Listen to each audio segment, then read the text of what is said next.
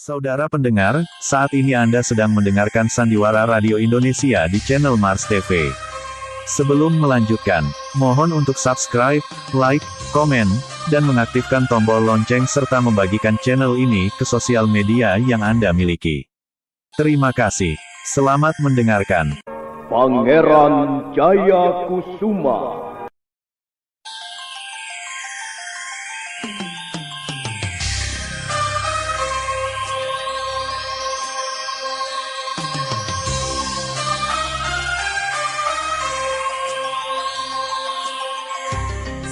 Siapa yang merubah hatiku? Siapa yang membuat kita satu? Selalu menyatu, beban kecewa, namun tak ragukan berarti. Siapa yang membuatku pilu kembali datang masa lalu? Semakin jauh gejolak jiwa, benci dan cinta pun menyatu. Kenangan indah pun memudar alam di masa lalu. Walau kita tak berpisah, rasa hati bergelora. Siapa yang membuatku resah, tak berharap untuk berjumpa. Benci dan cinta selalu menyatu, tak pernah takkan berpaling.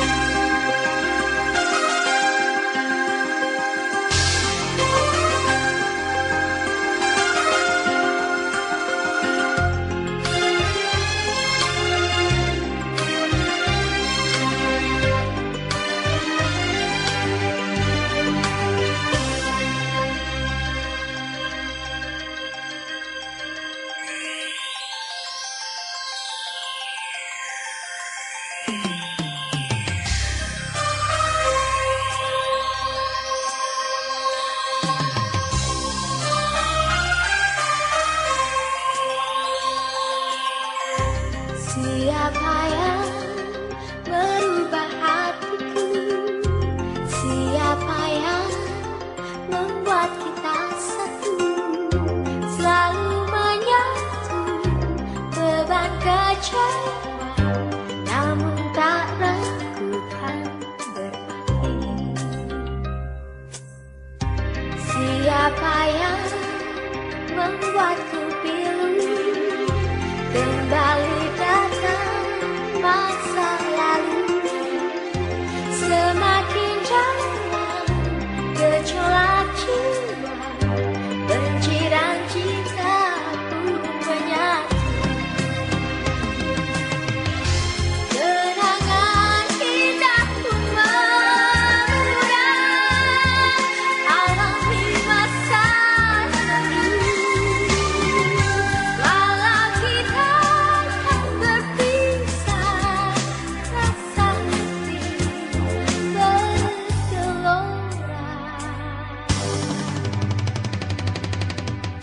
Siapa yang membuatku resah, tak berharap untuk berjumpa.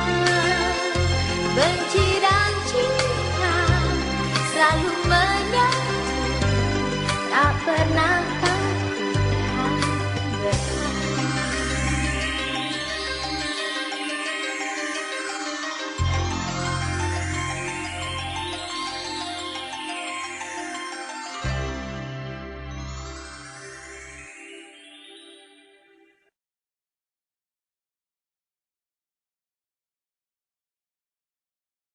Pangeran Jayakusuma. Sekalipun mengaburkan kudanya kuat-kuat, Dyah Mustika tetap tidak mampu mengejar Wangsa Tanu. Karena itu dia segera mengekang tali kendali kudanya. Sejenak dia termenung. Pikirannya dipenuhi gambaran-gambaran tentang Mapatih Gajah Mada, seorang tokoh penting Majapahit yang dianggap musuh besarnya. Bagaimanapun juga, Gajah Mada itu musuh besarku. Biarlah kebimbangan di hatiku merajalela, tapi dendam mesti dibalaskan. Hiya!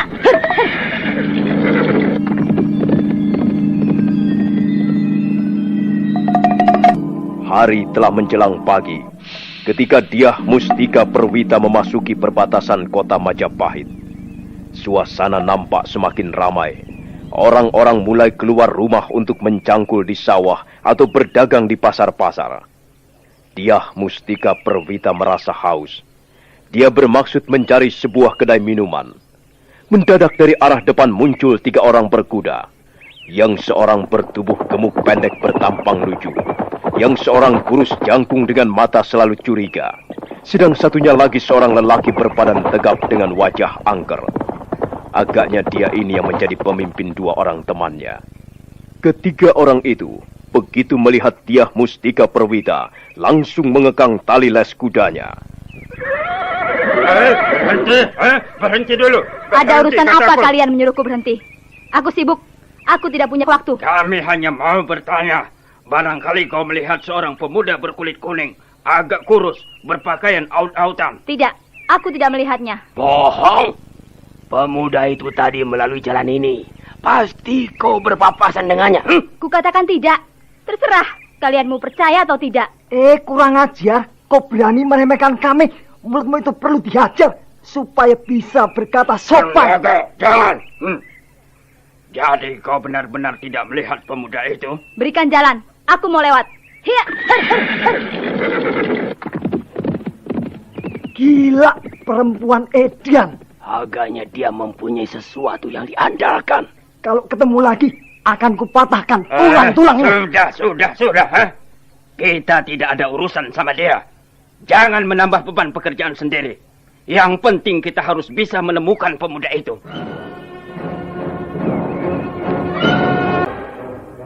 Dyah Mustika Perwita terus memacu kudanya ke arah kota. Setelah melewati beberapa tikungan tajam, gadis itu tiba-tiba berhenti. Dia menoleh ke arah kanan jalan dan melihat seorang pemuda duduk di sebuah batu bundar. Pemuda itu kelihatan sedang bersusah hati.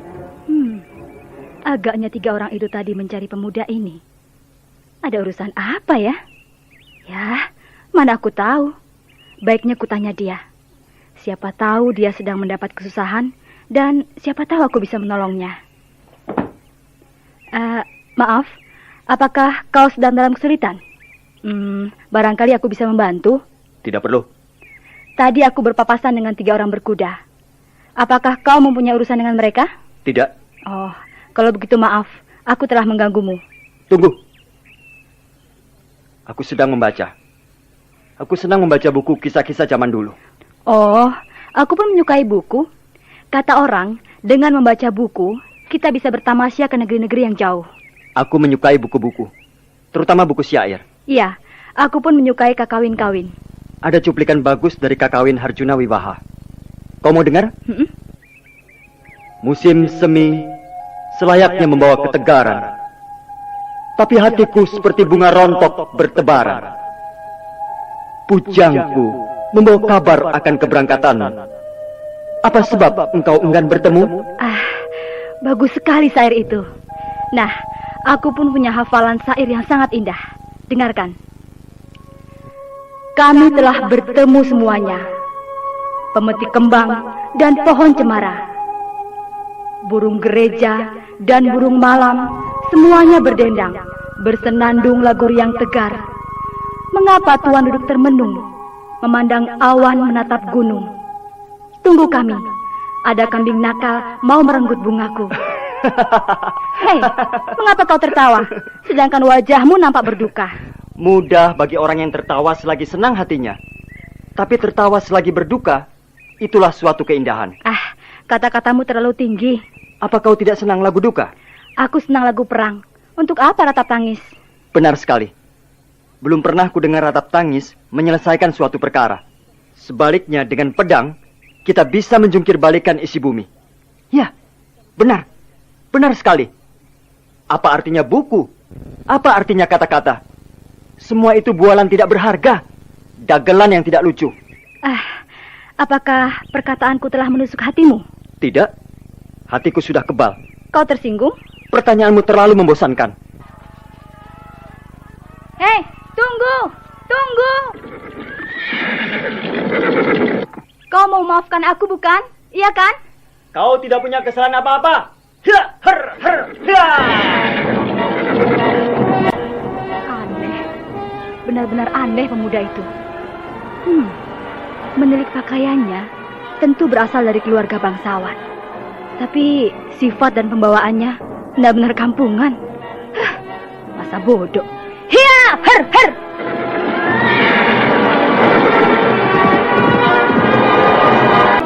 Apakah masih ada kamar kosong? Oh, masih beberapa kamar lagi. Kalau saja Tuan Putri datang kemarin lusa, wah, tidak bakal kebagian tempat. Banyak tamu menginap di sini. Iya, hampir seluruh ruangan diborong rombongan tamu dari Jawa Tengah. Mereka prajurit-prajurit dari Singgelo. Kabarnya mereka datang ke Majapahit ini untuk menjemput mempelai wanita. Lihat saja, halaman masih penuh kotoran kuda. Siapa yang akan mengadakan pesta perkawinan? Seorang ternama barangkali?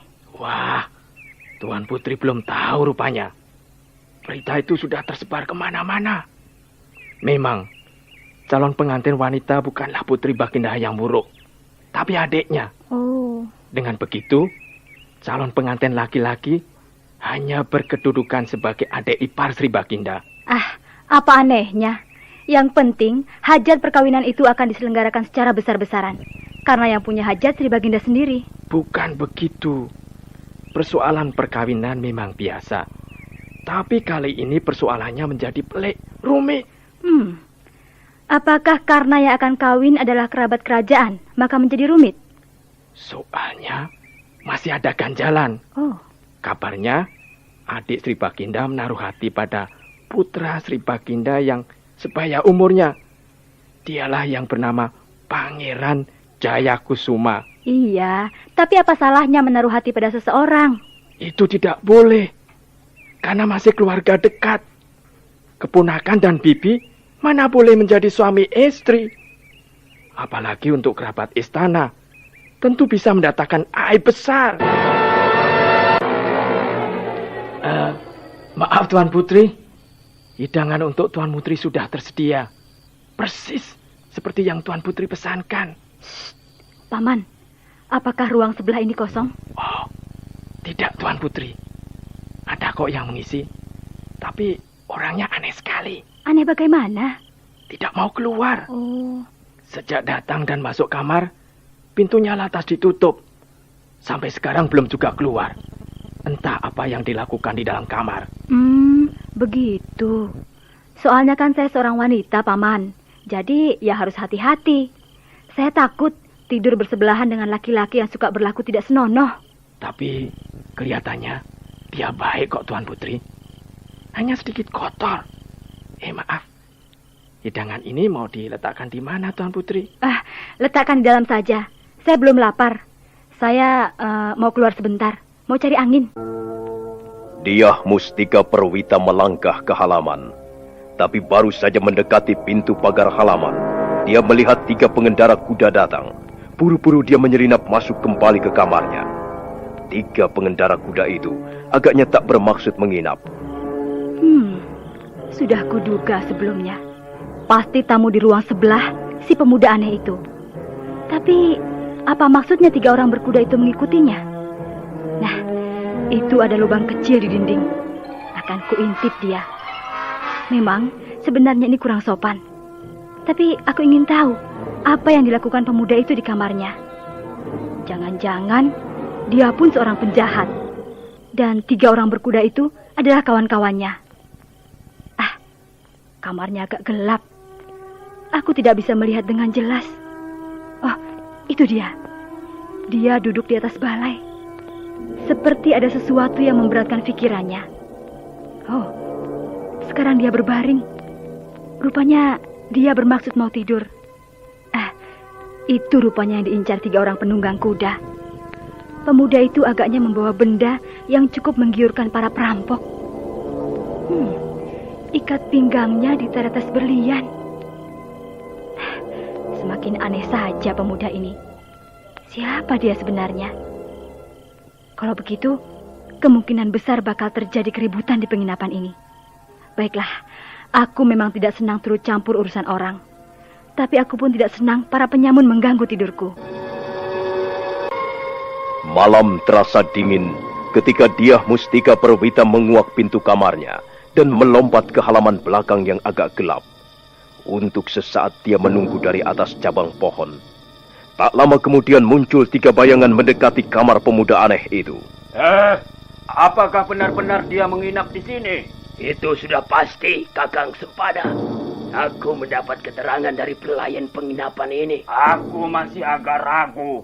Apakah benar orang itu yang dimaksud? Iya, kelihatannya orang itu dungu. Masakan seorang pangeran tingkah lakunya begitu. Kau selalu hanya melihat kulitnya saja. Coba saja perhatikan pelana kudanya. Tapi sekalipun kita keliru, bukankah masih ada gantinya? Coba ikuti arah telunjukku ini. Di ujung sana, di kamar yang paling luas ukurannya, ada seorang pendeta menginap. Ya. Aku sudah mengikutinya semenjak siang tadi. Kelihatannya dia mau ke kota raja. Bagus. Kalau begitu, mari kita sergap dia. Mumpung orang-orang sudah tidur, hanya kita bertiga yang terjaga. Tapi apa salahnya? Bukankah kita tidak ada urusan sama pendeta itu? Kau benar-benar tolol. Kau tahu? Dia bernama Empu Naga, Empu Naga? Orang kepercayaan Gajah Mada? Iya. Dia datang ke kota raja untuk menentang kebijaksanaan raja yang akan berbesanan dengan negeri Singgelo. Tunggu. Kalau dia menentang kebijaksanaan raja, itu berarti dia membantu Pangeran Jayakusuma. Sedangkan kita datang kemari justru hendak menyongsong pangeran muda itu. Bagaimana ini? Aku jadi bingung. Sudahlah, itu urusan atasan kita. Sedang tugas kita hanyalah menjalankan perintah. Kita orang suruhan, jangan terlalu jauh berpikir. Mari, kita sergap pendeta itu. Mereka bermaksud membelokkan tujuannya. Kali ini mereka mau membunuh seorang pendeta. Aku tidak boleh diam. Hup, ya. Awas, Kakang! Ada orang yang bermaksud membokong kita dengan pisau terbangnya. Itu dia orangnya. Awas! Kurang ajar. Siapa kau? Keluar dari tempat persembunyianmu atau... Ya. Nah, aku sudah berada di depan kalian. Oh, dia perempuan yang berpapasan dengan kita kemarin pagi. Ingatanmu rupanya masih cukup baik. Kami tidak senang kau mengikuti kami. Kalianlah yang mengikuti aku. Dan kalian pikir aku senang? Kemarin pagi kau sudah bersikap kurang sopan. Tapi hal itu jangan kau ulangi lagi di sini. Sekarang ini, kami bisa marah. Dan itu berarti akan membuat malapetaka untukmu. Kau jangan menggertakku dengan cara yang amat hina dan kasar. Aku seorang wanita. Kau tahu itu kan? Kalau begitu cepat kembali ke kamarmu, Dan membiarkan kalian bertiga membunuh seorang pendeta? Setan alas, gebuk saja Kakang. Iya Kang, gampang saja mulutnya yang mungil tapi lancang itu. Kamu kembali ke kamarmu atau tidak? Kalian tidak bisa memaksaku untuk melakukan apa yang tidak menjadi keinginanku. Baik. Tangkap dia! Lempar ke jalanan!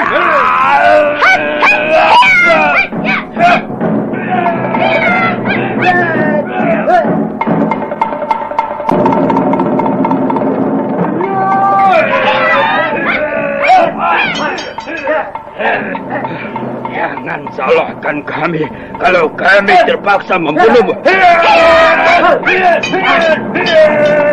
Bagus. Kau punya kepandaian juga rupanya.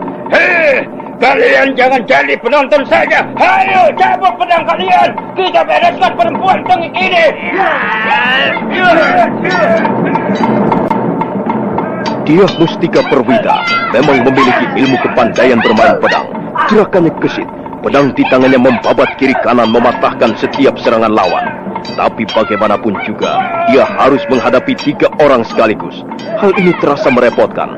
Maka tidak lama kemudian gadis itu terdesak dan keadaannya benar-benar menjadi gawat.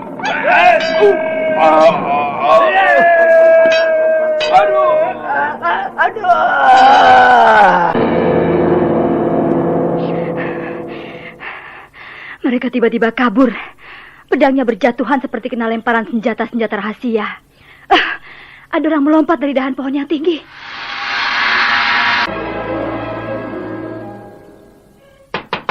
Tuan, bukalah pintunya. Sebentar saja. Hei, kau rupanya. Ada apa ribut-ribut? Tidakkah kau mendengarnya? Ada keributan di halaman belakang penginapan. Tidak, aku tidak mendengar apa-apa. Mungkin kau tidur pulas sekali. Tadi ada 3 orang bermaksud membunuh pendeta yang menginap di kamar paling ujung sana. Lalu? Lalu aku berusaha menggagalkan rencana pembunuhan itu. Oh, dan kau berkelahi melawan 3 orang itu tentunya? Iya, tapi ternyata mereka orang-orang kuat. Aku kewalahan. Tapi mendadak pedang mereka berjatuhan, seperti kena lemparan senjata rahasia. Ceritamu kurang menarik. Aku ngantuk. Tunggu dulu, aku belum selesai cerita. Tiba-tiba aku melihat sebuah bayangan berkelebat. Dia melompat dari sebuah dahan pohon yang tinggi, lalu masuk ke kamarmu. Hah? Masuk ke kamarku? Iya, aku melihat jelas sekali. Dia masuk melalui jendela samping. Ngaco. Dia Mustika Perwita kesal sekali. Dia merasa disepelekan. Malamnya dia tidur kurang begitu nyenyak. Sinar matahari menembus celah-celah dinding ketika gadis itu membuka matanya. Lalu seperti tersentak, dia melompat ke arah jendela.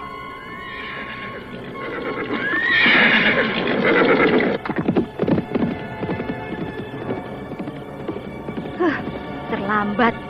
Dia sudah pergi. Baiklah. Kelihatannya kau tidak senang kudekati. Tidak apa?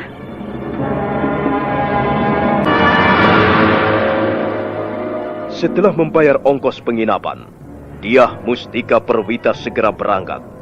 Arah tujuannya tetap ke kota raja. Pagi terasa segar, dan angin bertiup sejuk mengibarkan rambutnya yang hitam mengombak. Belum jauh meninggalkan penginapan, dia terpaksa menghentikan kudanya, karena di depannya pemuda itu sudah menunggu. Hei, mengapa kau berhenti di sini? Aku mau minta maaf. Barangkali sikapku semalam kurang menyenangkan hatimu. Tidak. Aku kan tidak bermaksud buruk. Terima kasih. Sebenarnya, kau mau kemana? Ke kota raja. Kalau begitu kita satu tujuan. Kita bisa bersama-sama. Kita bisa menjadi teman seperjalanan. Boleh saja. Yuk, kita berangkat. Mumpung hari belum terlalu panas. Hiya!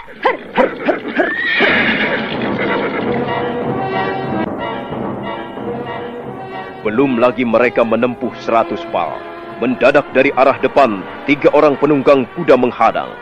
Dia Mustika Perwita melirik ke arah pemuda di sebelahnya, yang kelihatan tenang-tenang saja. Sementara itu, 3 orang penunggang kuda semakin dekat. Wajah mereka kelihatan beringas. Minggirlah kalian, kami mau lewat. Kucing betina, semalam kau telah menggagalkan rencana kami. Apakah sekarang kau juga akan mengganggu kami lagi, ha? Kami mau lewat. Buat apa mengganggu kalian? Tidak ada urusan kami dengan kalian. Denganmu, memang kami tidak punya urusan. Tapi dengan pemuda itu kami punya urusan penting. Benar, mereka punya urusan denganmu. Apa? Urusan apa?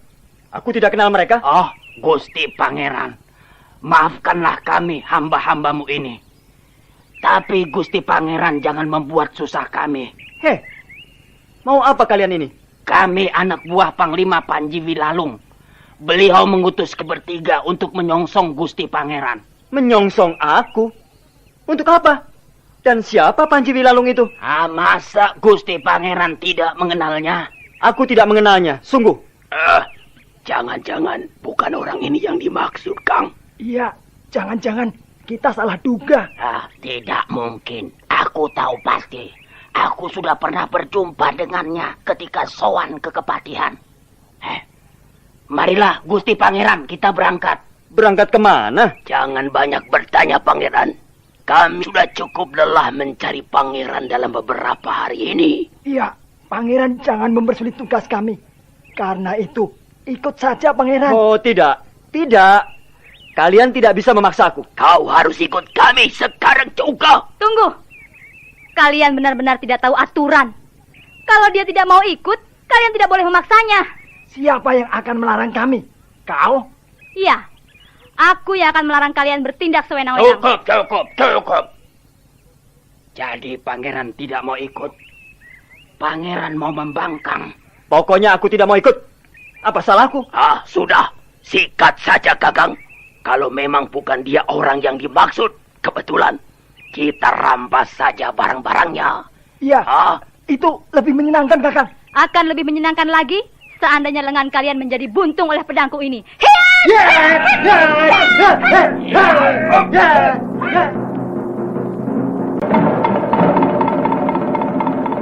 Dia Mustika Perwita tidak bisa lagi mengendalikan luapan amarahnya.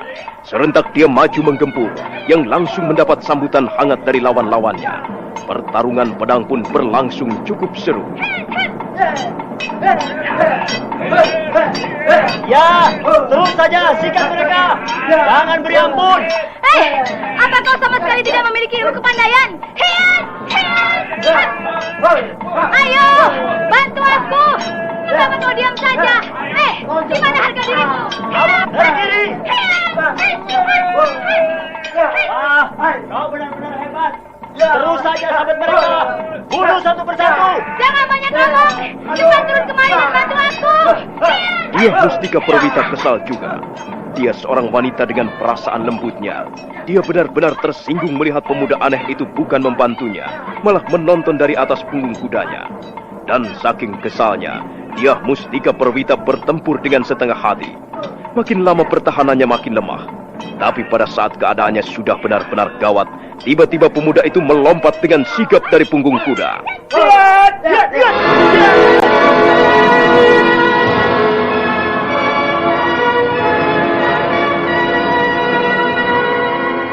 Luar biasa. Dia Mustika Perwita sampai ternganga. Dalam sekali gebrak, pemuda itu telah berhasil merampas 3 buah pedang lawan. Pedang seperti ini tidak cocok untuk berlaga. Hanya bisa berguna untuk mengiris bumbu dapur. Ayo, sekarang kalian mau minggat atau tidak? Kami akan pergi kalau bersamamu. Nyahlah begundal-begundal busuk. Iya, jauh. Lihat, teman kalian itu belum mati. Hanya setengah mati. Tapi kalau aku menginginkannya, mudah sekali membuat nyawanya terbang saat ini juga. Nah, ku peringatkan jangan mengganggu kami lagi. Hup, ya. Hei, tunggu.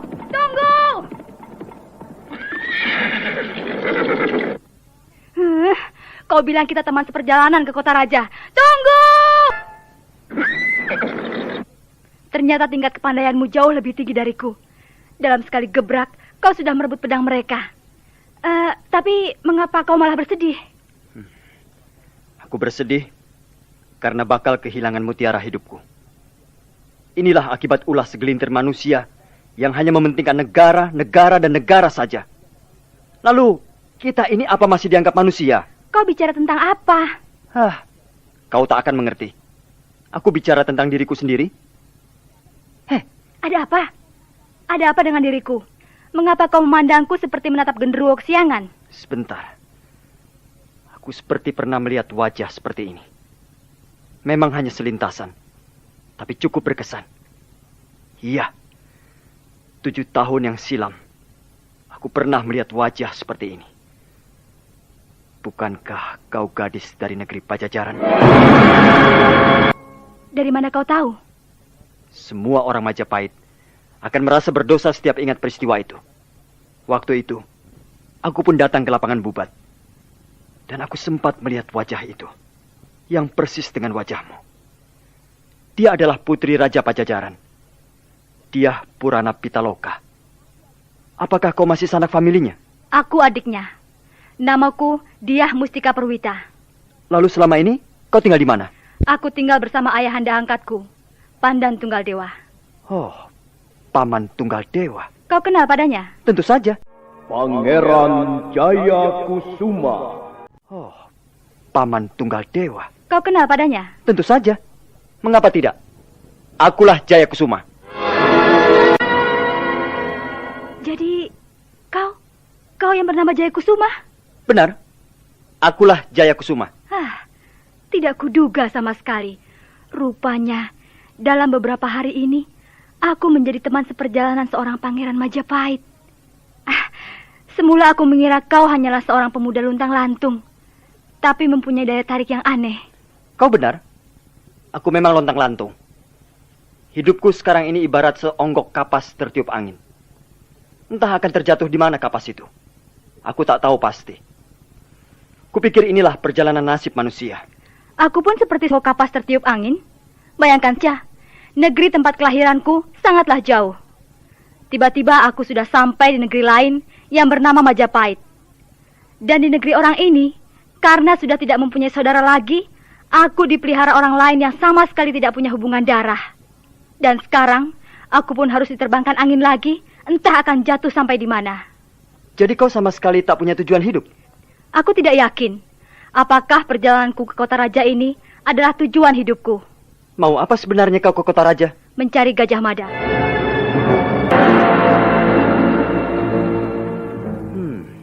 Iya.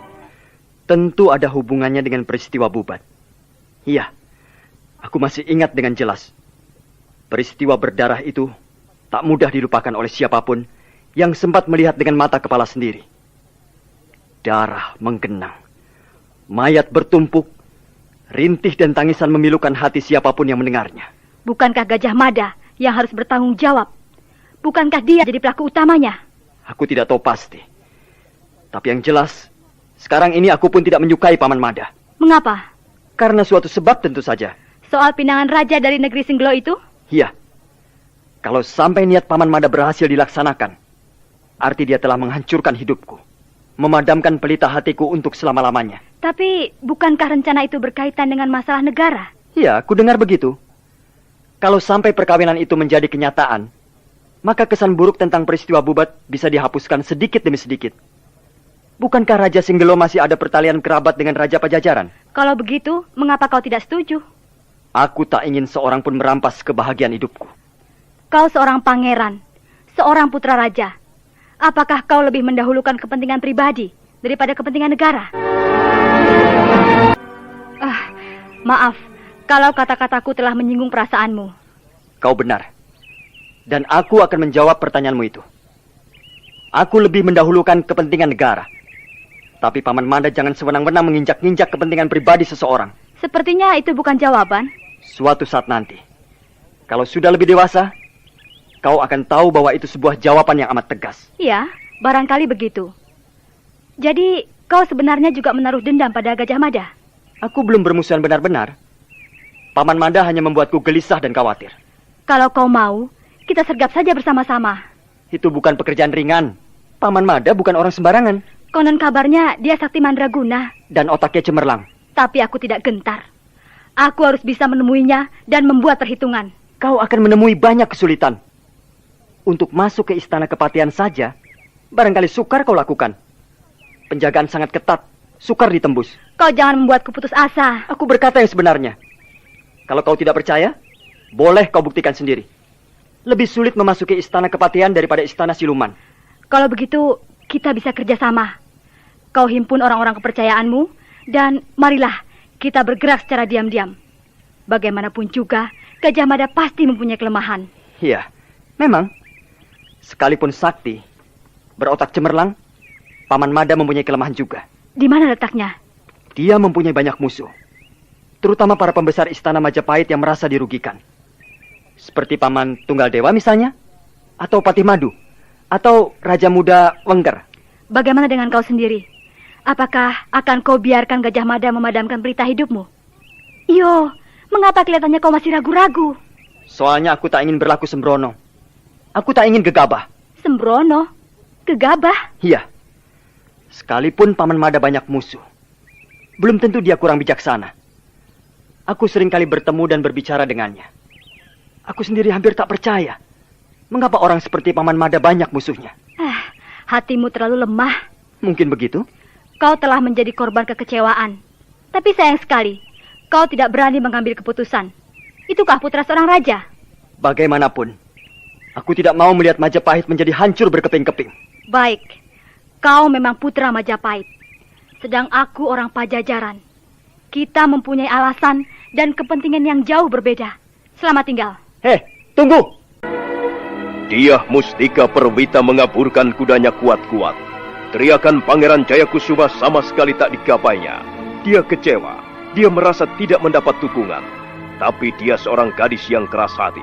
Jalan itu merupakan jalan setapak, yang kanan kirinya ditumbuhi pohon-pohon buah.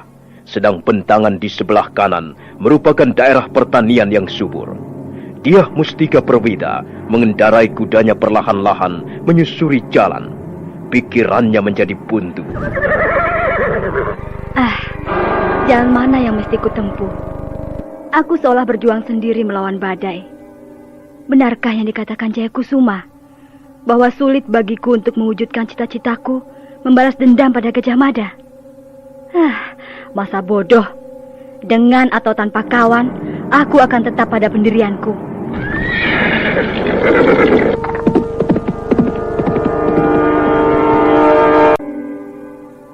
Dengan lesu karena lelah dan semangat yang mulai digerayangi rasa putus asa, dia Mustika Perwita menarik tali kekang kudanya. Kuda itu lalu berhenti tepat di bawah pohon rindang di tepi jalan desa. Jalan itu bercabang dua. Yang satu menuju kota raja, sedang yang satunya lagi menuju kota-kota lain di wilayah Majapahit. Pada saat termenung di atas punggungku, telinga dia Mustika Perwita menangkap suara gemuruh. Ada pasukan yang menuju kemari. Aku tidak tahu pasukan dari mana mereka itu datangnya. Dan lagi apa urusanku? Biar saja mereka lewat.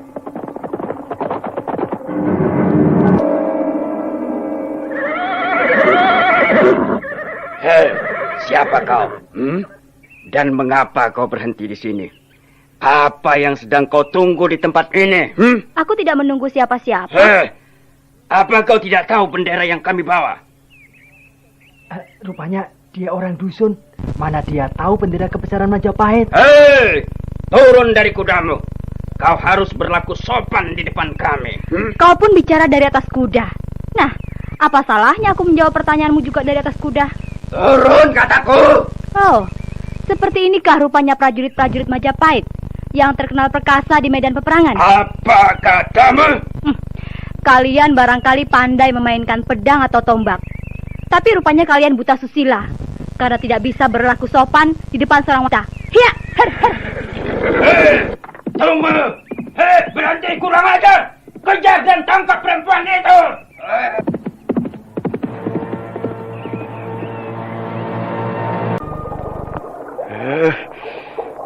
Aduh, pegal sekali rasanya pinggangku ini setelah mencangkul.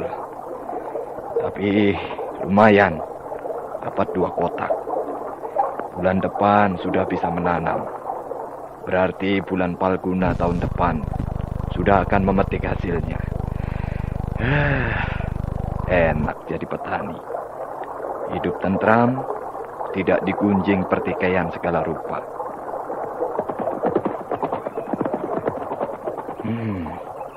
Ada pasukan berkuda. Mau kemana mereka? Apa negara sedang genting? Masa bodoh. Itu urusan orang-orang penting. Bagiku, seorang petani gurem begini. Yang penting tidak diganggu dengan pajak tanah yang tinggi. Agaknya mereka akan melewati jalan setapak ini. Wah.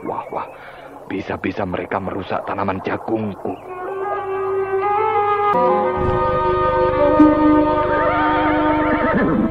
Hei, Pak Tua! Tidakkah kau melihat seorang perempuan berkuda melewati jalan ini? Oh, tidak, Tuan. Hamba tidak melihat siapapun. Tapi ngomong-ngomong tuan-tuan ini dari mana? Dan mau kemana? Masa matamu tidak melihat bendera yang kupegang ini, ha? Maaf, Tuan. Rupanya tuan-tuan prajurit Majapahit. Sekali lagi maaf, Tuan. Maklum, hamba ini sudah tua. Sudah agak rabun. Ketahuilah Pak Tua, kami pasukan dari Majapahit di bawah pimpinan Panglima Panji Wilalung. Oh. Kami ditugaskan menjemput mempelai wanita yang akan dikawinkan dengan pangeran dari negeri Singgelo. Apa kau sudah mendengar berita itu, ha? Belum, Tuan. Hamba belum mendengar berita itu. Maklum, hamba tidak pernah pergi jauh dari desa tempat tinggal hamba ini. Jadi, ya, hamba tidak pernah mendengar berita apa-apa tentang kota raja. Jadi Sri Baginda akan mempunyai hajat mengawinkan putrinya ya? Bukan putrinya. Bukan putrinya? Lalu siapa tuh? Itu bukan urusanmu. Tidak ada gunanya kau tahu. Sekarang kembali ke soal perempuan berkuda tadi. Kau benar-benar tidak melihatnya? Memang perempuan itu siapa dan kenapa, Tuan? Itu juga bukan urusanmu, ha? Kau jawab saja, melihat atau tidak. Wah, sayang sekali. Hamba tidak melihatnya, Tuan. Bohong! Iya, dia bohong. Kau belum tahu siapa aku ya? Bersamaan dengan teriakan lantang, lengan prajurit yang agaknya kurang sabaran itu terayun ke depan dan sebatang tombak meluncur.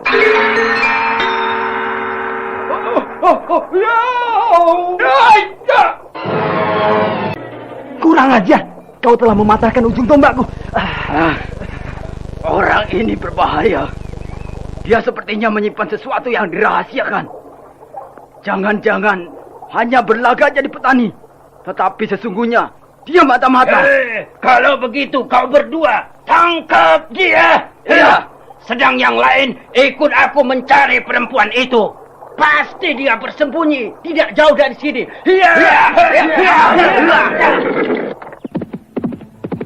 Hei! Waduh, rusak semua tanamanku. Wah. Jagung-jagungku pada ambruk semua. Kau jangan berpura-pura, tua bangka. Di balik topi lebarmu itu, aku menangkap sebuah tibu muslihat. Siapa kau sebenarnya? Hamba ini hanya seorang petani. Nama hamba Suta Sapi. Hamba penduduk desa ini. Sejak kecil ya tinggal di sini. Hamba tinggal sendirian sejak di gubuk hamba yang di sana itu. Hamba memang tidak mempunyai istri. Dulu pernah punya, tapi dia pergi begitu saja meninggalkan Mbak. Lalu hamba menikah lagi, tapi dia meninggal waktu melahirkan anak hamba.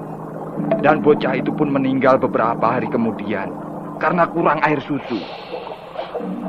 Hamba sekarang sudah tua, tidak punya apa-apa lagi kecuali sebidang sawah dan tegalan ini. Apakah tuan-tuan juga mau merampas harta tumpuan hidup hamba yang terakhir ini? Jangan, Tuan. Jangan. Sudah, diam. Kakek-kakek menangis seperti bocah kemarin sore. Hamba sedih sekali kalau mengenang peristiwa zaman dulu, Tuan. Diam kataku. Sekarang kau harus mempertanggungjawabkan perbuatanmu. Kau sudah menghina prajurit Majapahit. Dan kau tahu apa hukumannya. Menghina? Kapan hamba menghina, Tuan? Itu tadi. Kau sudah berani menangis lemparan tombakku hingga patah. Iya, soalnya kalau hamba tidak menangis, hamba diam saja. Isi perut hamba bisa keluar semua, Tuan. Peduli apa dengan isi perutmu? Hamba belum ingin mati, Tuanku. Hamba masih mau hidup. Sekarang kau akan mati di tanganku. Oh, jangan, Tuanku. Hamba masih mau hidup, Tuan. Hamba jangan dibunuh. Ampun, Tuanku, ampun. Kurang ajar. Berani kau mempermainkan prajurit Majapahit?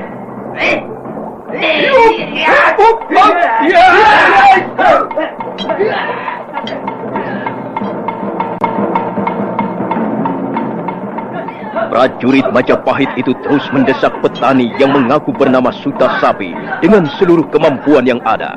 Sedang petani itu sepertinya tidak sungguh-sungguh melayaninya, hanya sekedar melompat ke kiri ke kanan seperti orang ketakutan. Namun tak satupun sergapan prajurit lawannya bisa mengenai bidang sasaran. Lama-kelamaan prajurit itu menjadi sangat kesal, dan ini mengakibatkan serangan-serangannya menjadi ngawur. Mampus kamu! Aduh!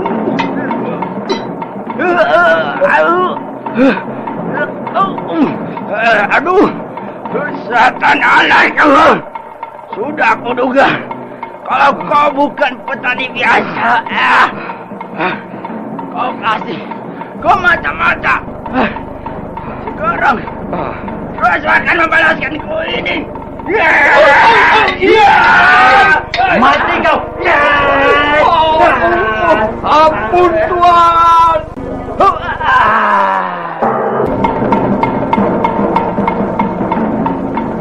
Oh, Tuan. Tuan, bagaimana ini? Darah. Kau berani melakukannya, petani busuk? Maaf Tuan, hamba tidak sengaja Tuan. Kau sudah membunuh salah seorang prajurit Majapahit. Kau tahu apa arti itu? Artinya, hamba tidak bersalah Tuan. Tidak bersalah? Sekarang aku yang akan menuntut balas atas kematian temanku ini. Iya. Ampun Tuan, ampun. Tolong. Ajar. Dia melarikan diri. Aku harus melaporkannya pada Kakang Sempana.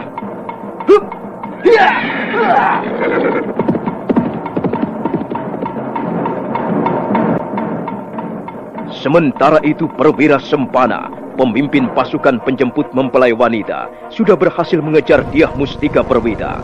Kejar-mengejar itu pun berlangsung sangat seru. Ya, kejar terus, jangan sampai lolos.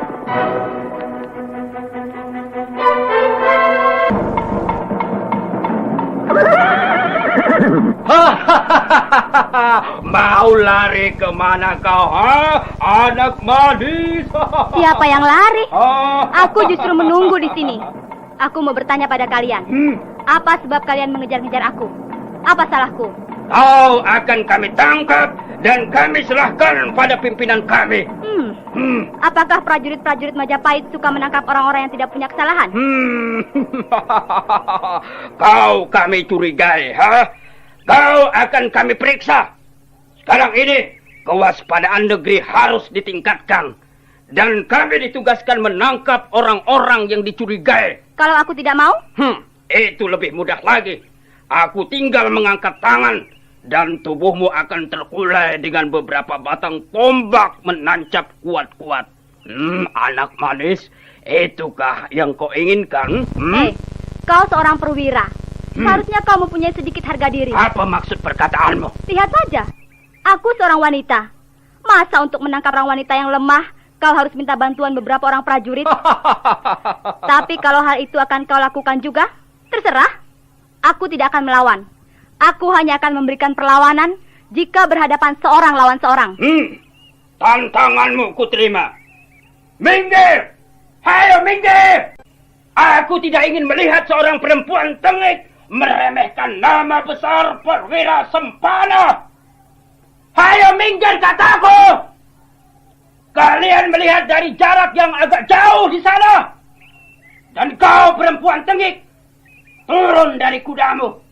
Kita berlaga secara kesatria. Turun kataku! Nah, bukankah ini lebih adil? Hup, ya. Bagus. Marilah kita mulai. Aku siap.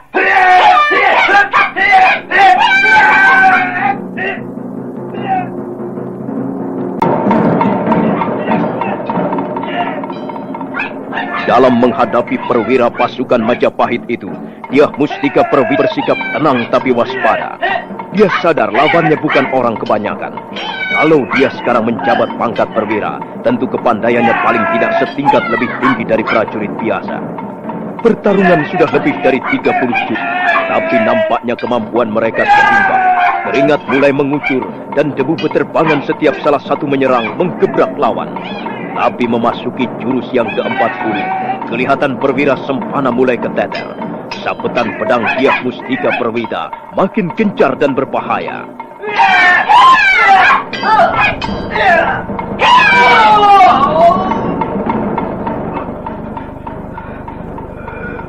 Kau melukai aku.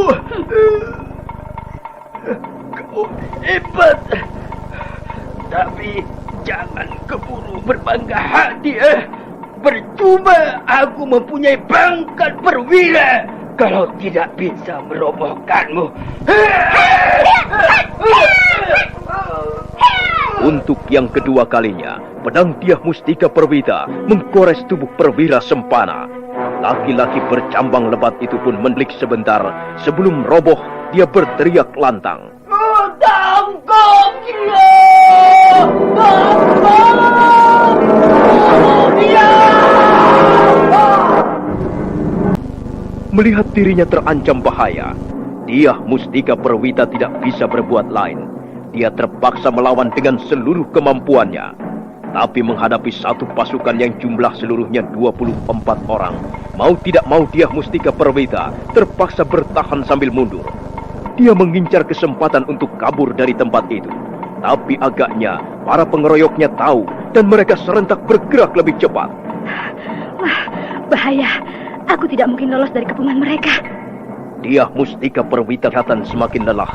Tangannya terasa pegal setiap pedangnya berbenturan dengan pedang lawan. Tapi mendadak dari atas gundukan tanah muncul seorang kakek petani yang sambil berteriak-teriak melemparkan bongkahan batu-batu besar. Iya! Iya! Iya! Kalian ini prajurit atau pengacau negeri? Hah? Iya! Iya! Masa prajurit-prajurit perkasa tidak malu mengeroyok seorang gadis manis? Iya! Iya! Iya!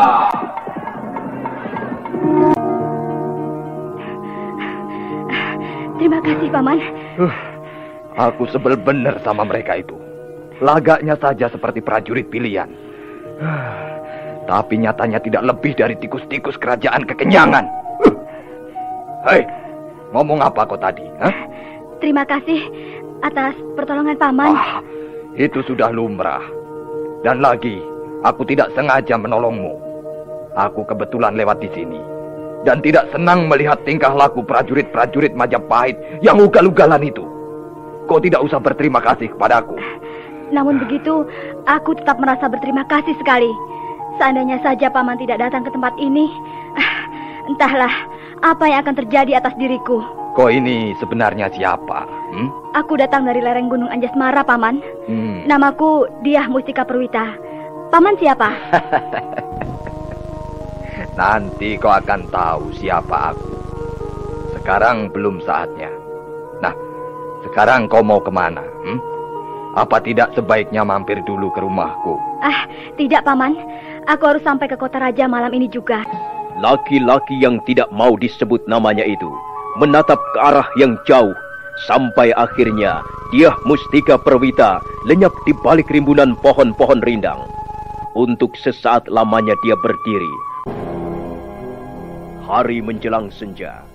Kota Majapahit tertutup awan yang mengapung di angkasa.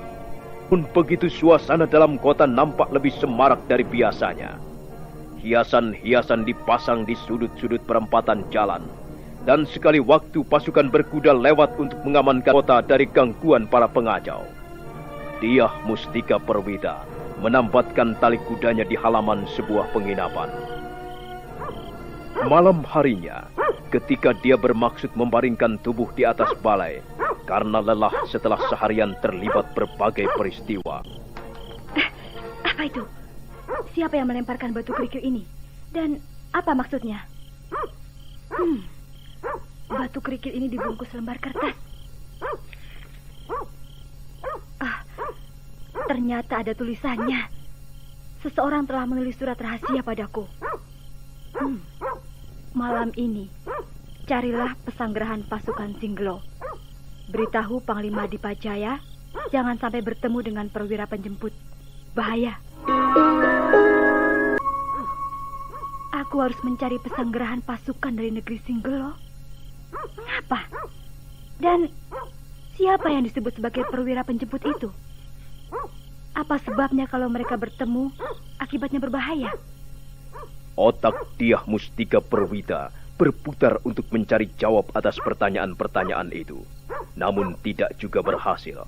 Akhirnya dia memutuskan untuk menuruti saja pesan yang disampaikan penulis surat rahasia itu.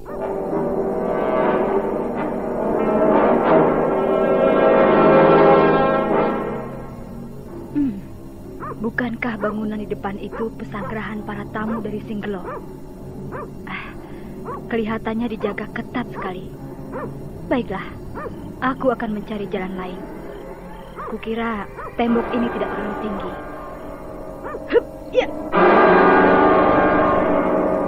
Nah, saudara pendengar, bagaimanakah kisah selanjutnya? Silakan menunggu kelanjutan kisah Pangeran Jayakusuma ini pada episode berikutnya yang dipersembahkan oleh Revagan, tablet anti flu buatan Bayer, manjur dan cepat kerjanya. Sampai jumpa.